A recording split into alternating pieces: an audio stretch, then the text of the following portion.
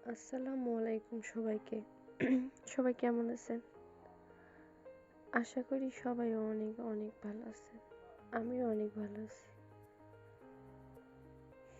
তবে এই ভালো থাকার মাঝেও আজকে আমার মনটা একদমই ভালো নেই।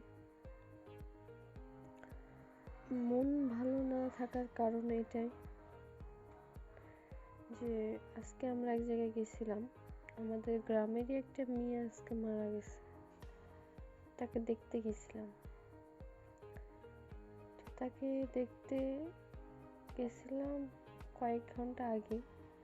দেখে আসছি, আসার পরেও আমার মাথার ভিতরে কেমন জানি একটা জিনিসই ঘুরপাক খাচ্ছে, যে আমরা মেয়েরা কতটা অসহায়। আসলে মেয়ে মানুষের জীবনটাই না মানে নিরাপত্তাবিহীন। আমাদের মেয়েদের জীবনে কোনো নিরাপত্তাই নেই।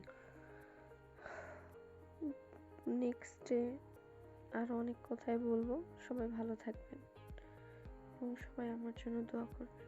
আল্লাহ হাফেজ সবাইকে।